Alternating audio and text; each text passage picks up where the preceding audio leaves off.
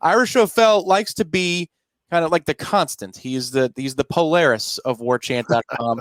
And so if we get out of whack on the North Pole or the South Pole side in terms of arguments, Ira likes to test those theories. And so, as you can see at the bottom of the screen, is it a raw deal for Randy Shannon? Is he getting fair treatment for what Florida State is going through right now on the recruiting trail, or could it be some other factors? So, Ira, hello, how are you? And you've been consuming this content left and right. You're the managing editor of the damn multimedia enterprise, so you've been seeing a lot of this. What's been going through your mind as you've been seeing criticism over the last week for Coach Shannon? Yeah, man. Look, I'm not going to pretend that I cover recruiting. People that know our site and know what we do know that that's, I pay attention to recruiting just like everybody else on our staff. We have to. We cover Florida State. But obviously, Michael and Matt are our guys, are our experts in linebacker recruiting.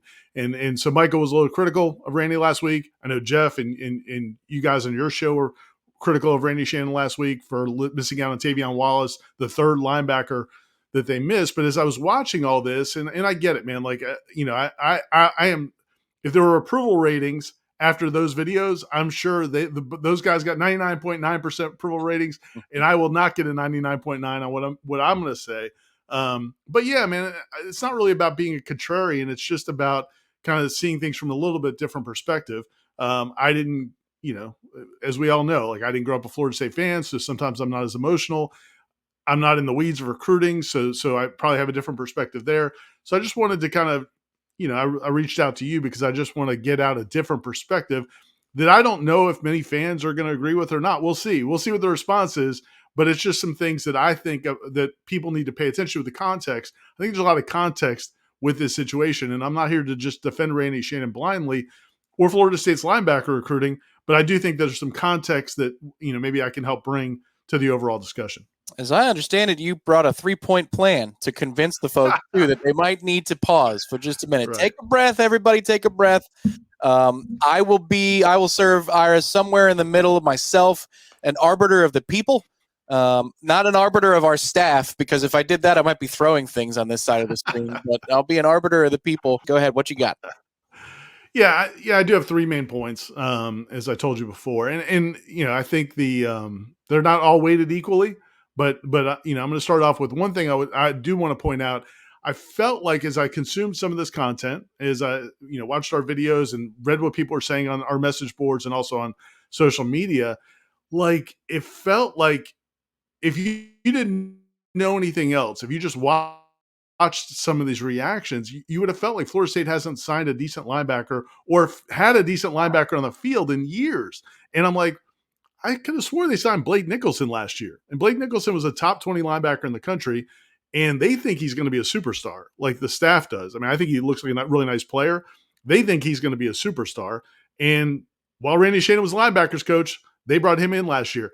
I think Justin Cryer, who they brought in last year, is going to be a really good college football player.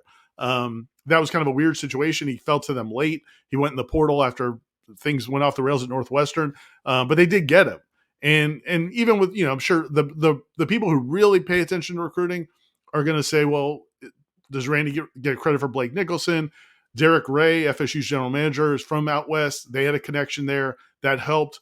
And that's fine. But I also would say if Blake Nicholson and his parents didn't like the idea of playing for Randy Shannon, they would say, hey, Derek, we love you, but we're not coming to play for a linebackers coach we don't like. And so there's 2 different parts of the big picture that we'll touch on later, but it's not just about being a great recruiter. It's also about being a coach that players want to play for. And again, Justin Cryer, I think is going to be really good. Blake Nicholson's going to be really good. And well, the verdict's out on the guys they brought in this most recent signing class, the guys that came in the spring. We'll see. They were not very highly rated. They're Randy specials, as people like to say. They look pretty good. I mean, they look physically, they look the part. So we'll see how that goes. But I did want to say that I just felt like it's not like they haven't brought in. We're in this desert where they haven't brought in any good linebackers. The two of the 3 linebackers they brought in last year, and DeMarco Ward, we just haven't seen enough of. But Nicholson and Cryer, I've seen enough to tell you that they're going to be good football players. So that was kind of the first point, and I'll move on to point 2 and 3 if unless you have any pushback there. No, you the Derek Ray thing was going to be part of the allure of getting a Nicholson from a different time zone across the country to come to Florida State, but point taken. And Cryer, like the portal counts too. This would be something where I would defend Adam Fuller, in the last year or two. Is like, hey, hang on a minute, the portal counts. Or you could even, if you want to, Right. down to a position coach, John Papuchis. Florida State hasn't been dominant by any stretch in the prep ranks in terms of bringing in edge rushers, but they have been more than dominant in the portal. The Derek Gray thing would have been what I would have countered with, what most people would have brought up for sure. Yeah, and that's fine. I get it, but it's also like Derek Gray could be the most charming person in the world. He had the best relationships in the world, but if they didn't have a good linebackers coach, that Blake Nicholson's not coming to Florida State. The other thing is to Accenture, and I agree 100% with your point. Cam Riley has been a starter in the past at Auburn. He's played a lot of college football, committed to NC State, could have gone to a lot of different schools, chose to come to Florida State. And again, Randy Shannon's a part of that. Sean Murphy, Alabama linebacker, came to transfer to Florida State. So and they have brought in others as well. And I think they have a 4-star recruit in this coming class. Point one was just basically, this has not been like this wasteland. And Tatum Bethune signing with Randy Shannon after he played for him at UCF, he comes here, and Tatum Bethune was a huge part of what they did this past season. So that's kind of, I just want to bring that context up a little bit real quick. Yeah, Tatum didn't run to some other school. He could have chosen any other school in America if he transferred, but he decided to come to the one where Randy Shannon was. So that does say something. I'm not sure that I'm off of the bully pulpit yet, but go ahead. What's next? So number 2 is, man, that Florida State, I think, has a linebacker problem, and it's been going on for a long, long time. This is not this is where I would say it's not a Randy Shannon issue. And so, I think he's getting some of the heat for some dissatisfaction, for sure, Jeff Cameron and others have, about the linebacker position at Florida State. Just want to throw out a couple facts for you, Tom, and I wrote them down so I don't misquote them. So in the last well, first of all, do you know the last time Florida State had a linebacker drafted?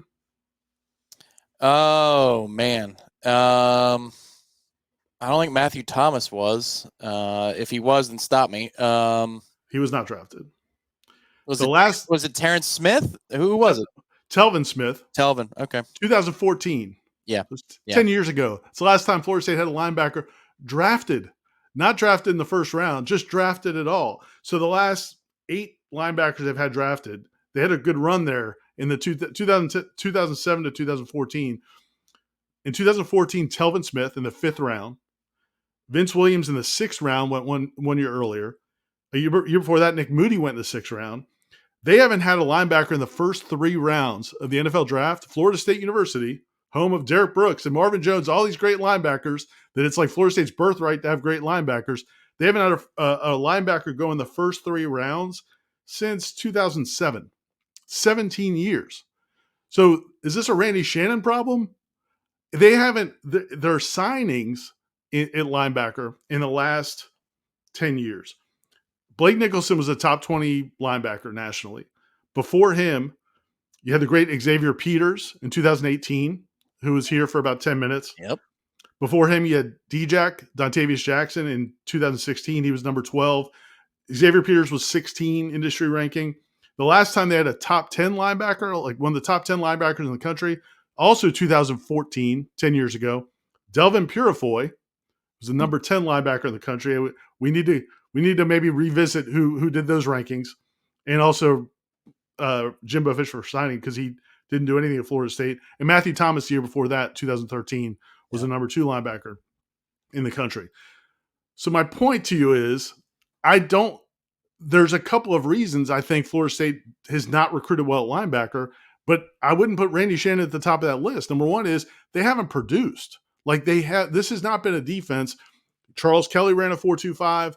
Adam Fuller runs a 4.25. The linebackers, I feel like, partially have been marginalized in this defense. They a few times last year, they had 3 linebackers out there. You had Bethune, Deloach, and they put Lundy out there against really power running teams. But for the most part, it's 2 linebackers in normal downs and 1 linebacker sometimes in passing downs. So I don't think Florida State is seen as a place where, if we're just going to go have success at linebacker at Florida State. I don't know how many kids being recruited right now know Matthew Thomas, have any idea who Matthew Thomas was, the last time Florida State has signed an elite linebacker, certainly the last time they've had a linebacker drafted. So again, I'm not saying that excuses what's going on right now. I'm just saying I don't know why the outrage is all directed at Randy Shannon. Like some of the comments that were made on social media and on our site was like, this is an outrage. The Florida State's not signing elite linebackers. I mean, they haven't signed elite linebackers in over a decade. So that was my my second point. That sounds like that might be your strongest point in terms of what really got you looking through the books. And I remember, was it Lawrence Timmons in 07? Was that or Yeah. It might have been. If not, he was 06. Yeah, Lawrence Timmons was 07. He was a first rounder, and Buster Davis in 2007. They had Lawrence Timmons and Buster Davis. Yeah, those were good times. After that, in 2008, Geno Hayes, 6th round, nice NFL player, may he rest in peace. Dakota Watson went in the 7th round, and Nigel Bradham went in the 4th round. Then it was Moody, Vince Williams, and Telvin Smith, and then nothing else. So, again, I don't know why this is entirely. I do think a lot of it's the fact of the style of defense they play. I think Florida State's easy to recruit against. Like if you're recruiting linebackers, I think Florida State's really easy to recruit against, and not necessarily because of Randy Shannon, but because of you've got a lack of NFL. Kids want to know, are you going to put me in the NFL? Yeah. And Florida State has not proven that in a long freaking time. The other thing is, players see who you're recruiting and who you're signing. And it's like, how do you break through? Now, will they break through? Can Randy Shannon, is he part of the solution? I don't know that. I'm just saying he's not the entire problem. Yeah, fair. This sounds, as you're going through, well, Florida State believes it's their birthright to do this or that. It reminds me a lot of the wide receiver discussion, Right. And Florida State, obviously, we pride ourselves, and I'll say we, because as a kid, we all remember Peter Warrick and Lavernius Coles and E.G. Green and on and on, Kes McCorvey, Golden, and you go on, and then there's this dearth where you feel like there were a ton of dudes and there really weren't. And you look at the NFL draft board and you say, well, what gives? When's the last time Florida State? I mean, this was a discussion we had with Coach Dawsey. There's a discussion that we had with Ron Dugans, and Dugans broke through. I think the portal was the path really for Ron to break through, because you start to see some guys go graduate up the ranks, get paid, and then Hakeem Williams magically says yes. A player of that caliber says yes to Florida State, and Elijah Moore, I've got high hopes for out of the high school ranks here shortly. But it's fascinating. There is a bit of a parallel path there, but one's a Nole. One's a Nole and one isn't, and I think that's part of it. That very well might be part of it. But I also think, like, you touched on something else that wasn't going to be one of my top 3 points, but I think it's a great point. I guess where I get frustrated sometimes is we did this whole dance with Ron Dugans, right? We did this whole dance with Odell Haggins. Just a few years ago, the people who really care about recruiting wanted both of them fired. Even though they're Noles, even though they're former All-Americans of Florida State, like, we love you guys, but we don't want you recruiting for Florida State anymore. That was the consensus. Now Odell is getting love on Twitter. Like, it's this, where did this come from? Like, because he's got a couple of 4-star defensive line signings, which is awesome. But 2 years ago, everybody wanted to run him out of town. Same thing with Ron Dugan. So I guess that's my thing also, is like, I understand, getting emotional, but also if you just did this with 2 other assistant coaches and you've had to kind of walk that back and now you're celebrating them, would you be a little bit more patient the next time? But, again, Randy Shannon doesn't have the vested years with Florida State as those guys do. Correct. And I think Odell and Dugans were a little bit different, because Odell has had waves of success at Florida State. So this is me personally speaking. I wasn't. No, I appreciate it. Yeah. So for Odell, I wasn't quite as cutthroat, because he had been – I always thought that Odell's old argument is ridiculous. He's not even 60 years old. There's tons of dudes who are way older. And he's really not – he had bad knees, and he fixed them, okay? He's not that old. He had bad knees and a gray beard. He's just been here from a really young age. That doesn't mean he's actually old. And then for Coach Dugans, though, it was an extension of an issue that, he inherited. And – we hadn't seen the track record here. He had a reputation of being a badass recruiter, and it took a little bit to get that machine going. But it looks like it finally is. And then on the other side of it, what I would say is Coach Woodson, I think, even though he took that job in the SEC, Ira, and left Florida State, I think, that might have been a coaching staff choice that was made because defensive back recruiting wasn't where they wanted it to be. And maybe the same thing with the linebackers coach in Coach Marv. Now, that's speculation on my point, but I do think that there are examples of both where the coaching staff had finally, or Mike Norvell finally said, hey, we need to get better in this regard. And it did work out at the defensive backcourt because Pat Surtain has been unbelievable at hauling in defensive backs. And that track record has been like overnight unbelievable for Florida State. So I think what fans might say is, well, if you can do it for that position group, why can't you do it everywhere? And that's the natural greed probably of being a Florida State fan and somebody who expects a top 5, top 7, top 8 recruiting class every year.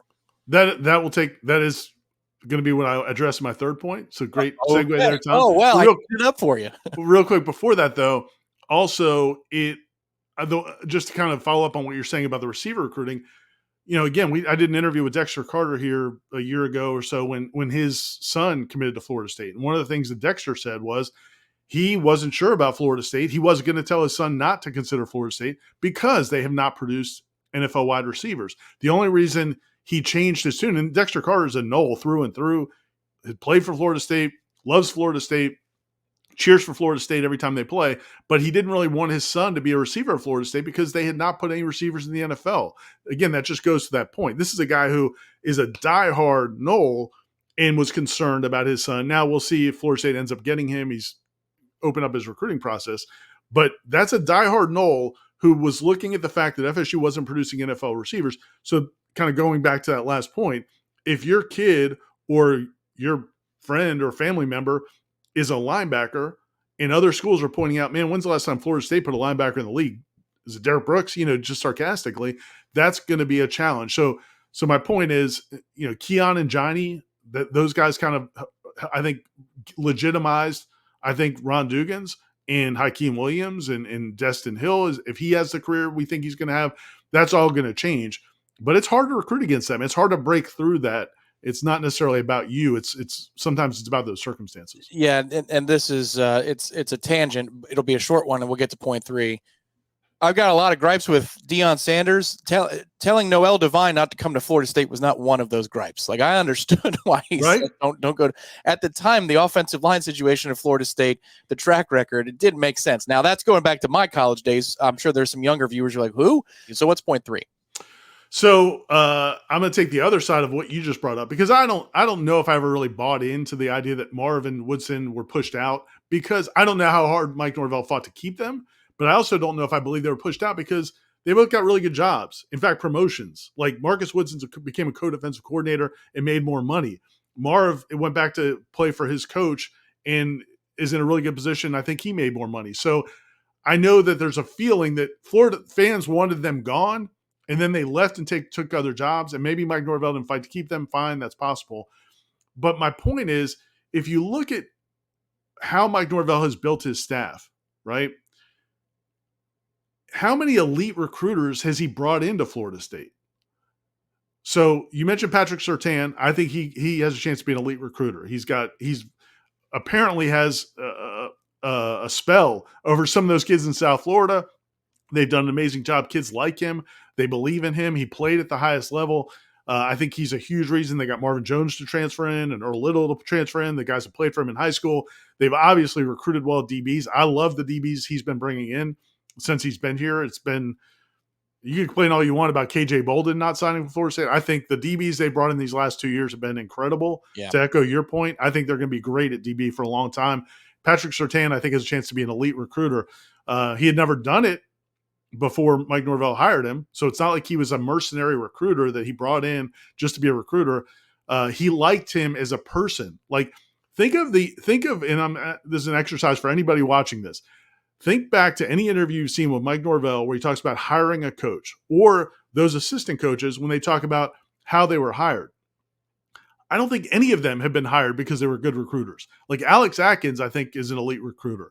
Patrick Surtain. I think Tony Tokarz may down the road be considered that way. He obviously gets a lot of credit for Luke Kromenhawk, and I think he's done a really good job with there. But otherwise, man, Chris Thompson was not brought in to be a recruiter. Right. John Papuchis, I don't think was brought in to be a recruiter. As we just said, Odell and Dugans have had their moments where people have been mad at them. if you go across the staff, this is not elite recruiting staff. And the reason I think we need to recognize that is, how does he build his staff? I think Mike Norvell, this is my opinion, Mike Norvell has never told me this. I'm not saying that this is a fact. I'm just observing the 5 years since he's been here. I think he wants assistant coaches who are in line with him, have the same values as him, are good teachers, are good talent evaluators, are good coaches, and are not going to be a problem. Like he doesn't have the mercenaries on his staff. There are a lot of guys. There's a couple guys on that staff at Arkansas that got the linebacker that went there that have more perception of being elite recruiters than Florida State does. And so there's a feeling, why don't we have those guys? Why don't we hire those guys? That's not what he's ever done. So my point is, if Randy Shannon, if Randy Shannon left after next season, we can discuss whether or not the play would be better. I think you could make a strong case that the linebacker play, and I think you'd agree with this, linebacker play and the defense overall, coincidence, maybe not, has gotten a lot better since he's been on this staff. But is he going to go get an elite recruiter? Like Mike Norvell maybe he will. Maybe this will be the time he says, you know what, I've got to get an elite recruiter. But that really hasn't been his MO. I think he looks at his overall staff as, I've got support staff people, directors of high school relations and player relations and football relations and assistant directors of all those and recruiting staff, this burgeoning recruiting staff that make the connections with these high school coaches to get the kids on campus. And I think that's his blueprint, is get those kids on campus and I'm going to close them.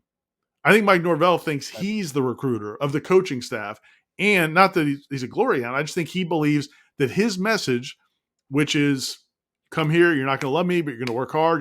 We're going to produce. We're going to make you better as a player and as a person. I think that resonates with the fans, or with the families of the players. I also think that he has a staff that echoes that same message, and it's an overall philosophy. I think if he went out and got some mercenary recruiter that people, I think, see on these lists of, oh, this is the great recruiter in college football, I don't know that they would fit in what Mike Norvell's trying to do. So that would be my last point. Even if you replace Randy Shannon, you guys got your wish. I think you go get a really good linebackers coach that you might not think is a great recruiter. So that's my third point, Tom. That's fair. What I would say is, in the grand scheme, I agree with you. I would get specific to this situation because it feels like one that they've had a few of in Coach Norvell's time here. Now, you can, after I'm done, maybe you could say word to direct your ire to his office. Don't direct it to 100%. Because the names that they were involved with and on the short list for at this specific position this year were unlike any year before. This was the chance to shut everybody up if you're Coach Shannon.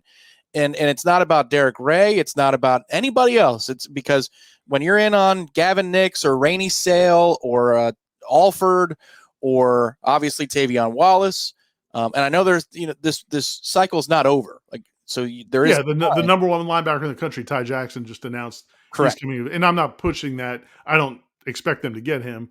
As I said, they haven't gotten a top 10 linebacker in a decade, let alone the number one linebacker in the country. But no, you're right. They definitely they raised the bar of what they were going after and what they got in the mix for. They didn't close any of those deals, and I get it. There's frustration there. I would also say, look at these cases. Like Rainey Sale was committed to Washington before he opened things back up. They had a coaching change. She opened things back up and decided, at the end of the day, I do want to stay home.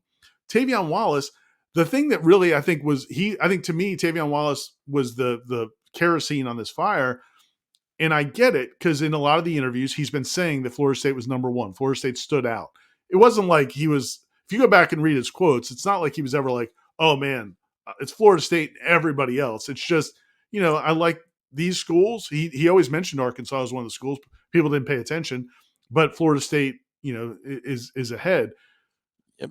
If you watched his interview with the Philip Dukes with On3, the interview he posted as soon as he committed, the kid basically admitted he was playing Florida State. Like he said, he goes, I've been talking to the DC at Arkansas about how we're going to shock the world. Like this was kind of a plan, not to the Travis Hunter level, but, and I thought it was weird. I tweeted about the time. To me, it was a weird dynamic, because this was not a kid who was like, super, like Travis Hunter, man, wants the attention. Like he wants the spotlight. He was doing live streams for his recruiting process, and that swerve was set up in a crazy way to sort of embarrass Florida State. I think there was a lot that it was not just about shocking the world. It was about embarrassing Florida State in the process. I don't think that was this kid's thing, but I do think he wanted to. I think he was committed to Arkansas for a long time. And so those quotes, so where people read those quotes and say, well, you said Florida State was number one. How did we lose him? How do we let him off the hook? My point, I don't think he was ever on the hook. Right. I think he was going to go to Arkansas, but he liked, kind of having some drama because he did want to shock the world. So again, it just, I don't know that these situations, and I don't know much at all about the Knicks situation, so I'm not going to speak about that. But those two, I don't know that I'm that mad at Randy Shannon personally. But to your other point, though, yeah, man, at the end of the day, if you don't like the way this recruiting staff is built and you don't like the way Mike Norvell recruits, and if they don't get a top 10 class this year overall, yeah, man, that's a complaint for Mike Norvell. I don't think it's all about Randy Shannon. Correct. I don't think it's none about Randy Shannon. I think that's where when we discuss this stuff out, hash it out, there's a middle ground there. I think so. There's a couple of factors that influence the ire. Travis Hunter's still one of them. Bolden is still one of them. Ira, I would say. It's clear that they're it seems to be a weakness. I'm sorry to interrupt you, but it seems to be a weakness of the staff that they don't know when they're being played. Right. Yes. But I also don't know, how do you fix that? Like, what do you do? Do you just say, you know what, I'm going to stop recruiting you number one safety in the country who's committed to me because I'm worried you might be playing me? Like, what do you do in that situation? Correct. Well, I think it's an existential question for a Florida State fan. It's like, why is it us? Why are we getting played at this level? Like other schools, I mean, Georgia was in on Tavion and they didn't get him too, but it feels like Florida State is always front and center when this happens. Now, again, that's like, a fan saying, well, our offensive line is the worst. Like every fan base believes their offensive line is the worst. So there's some kind of self-fulfilling nature to it. But also at the same time, when you're making calculations, Ira, and you're just wrong consistently, across multiple positions, people are going to be on edge. And I think what also hurt in this situation was the sequencing.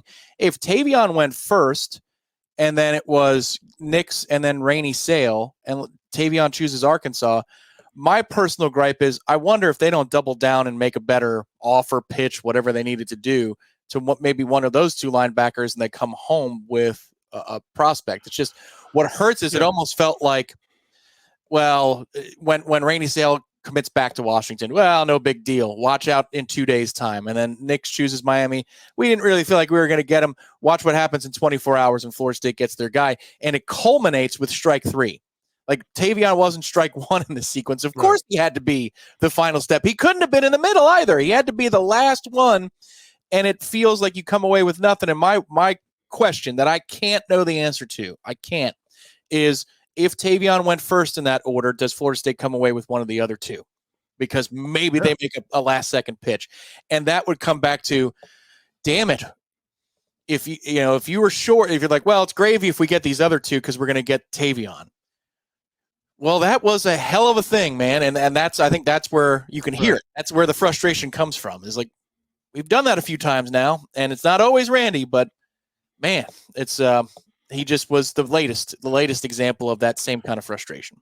No, that's no, I think you're probably accurate on that. And again, and I'm not trying to say that people shouldn't be frustrated about that course of events because of the way it did play out was frustrating. I think the other part of it, though, you touched on the NIL and like maybe you change your offers or maybe the packages are different, whatever. That's the other part of this that I think, I wasn't going to bring this up, but I think it's weird to me, this discussion we have about recruiters.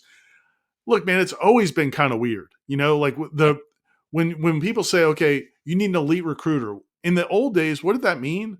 A lot of times it was the bag man. Like it was a lot of times that was the guy who would get it by hook or crook. They were going to get that recruit, right? And so, but we would say, oh, he's a great recruiter. Like if the guy that got Tennessee into a lot of their trouble was a guy that was like a young assistant coach that nobody had ever heard of. And all of a sudden, all these recruiting sites are saying he's the number one recruiter in the country. Well, how the hell did that happen? Well, it turns out they were cheating and they got busted. And so, that, and in this world now where NIL is a thing and you're not technically allowed to offer NIL packages for recruits, but what they can tell them is, well, I can tell you that the last guy that played linebacker here ended up making $300,000 or 200, whatever the number is. Like, that's how they discuss it now, is like, that's kind of what, guys at Florida State, if you're a starting linebacker, this is what you're probably going to make.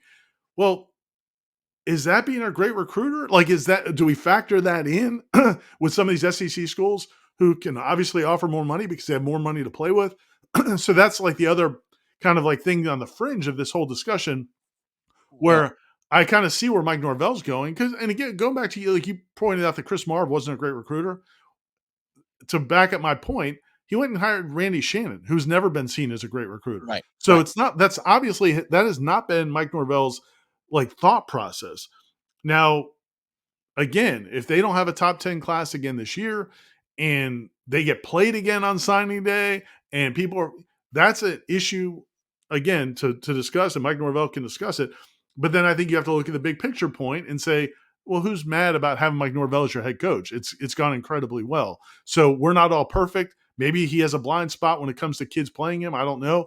But that when you take the totality of the situation, I think most people are pretty fired up about what they have in Mike Norvell. Yeah, the thing I would say too, just the last point I'd make is NIL is a part of this, and whether you want to discuss it directly or whether you want to color in from the borders and then you get the picture and the outline of what NIL is, you could choose your path, and we all kind of do that dance. But Solomon Thomas went on record as he left Florida State for an official visit a month ago, and he said, "Well, I could get a lot more money somewhere else." Right. But I want to go to Florida State. Now, is that a negotiation tactic on his part? Is it honesty? Who knows? But I do know from speaking to people who are in this process that Florida State's MO is not to bid against themselves and put them in a position where you're going to, corrode culture, and to get a yes in December. Like, it's not worth it. The juice is not worth the squeeze. It's not to say they don't have the capital to make something happen. See Keon Coleman or maybe some other things that Florida State has been able to offer in terms of the player retention that they've done. Exactly right. Like, you prove it, you're gonna get what's coming to you. But I think that's another hard part, to your point, maybe to defend any position coach. It's the moving target of what's the market this year. Right. How the supply, the demand of a player coming out of high school, what's the going rate?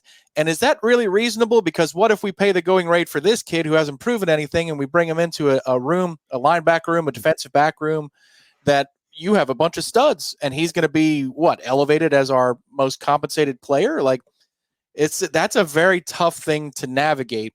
And sometimes, from what I understand, Ira, in this infancy of this era, the NIL market is a little bit ridiculous versus other years. Some cycles you can get a guy and it's at a reasonable price because there's a lot of supply. Some years there aren't a ton of dudes, and so therefore the number is outrageous, and he might be one of your higher compensated players, and he's not going to play for 2 or 3 years. Right. So you've got to make that decision, and that dynamic is something that there'll be books written about, but nobody really wants to discuss on the record right now. Right. It's hard to exactly. So then how do you factor that into the conversation? And then it sounds like loser's limp if you be like, oh, well, he got bought. Like, everybody will say, oh, that player got more money at that other school.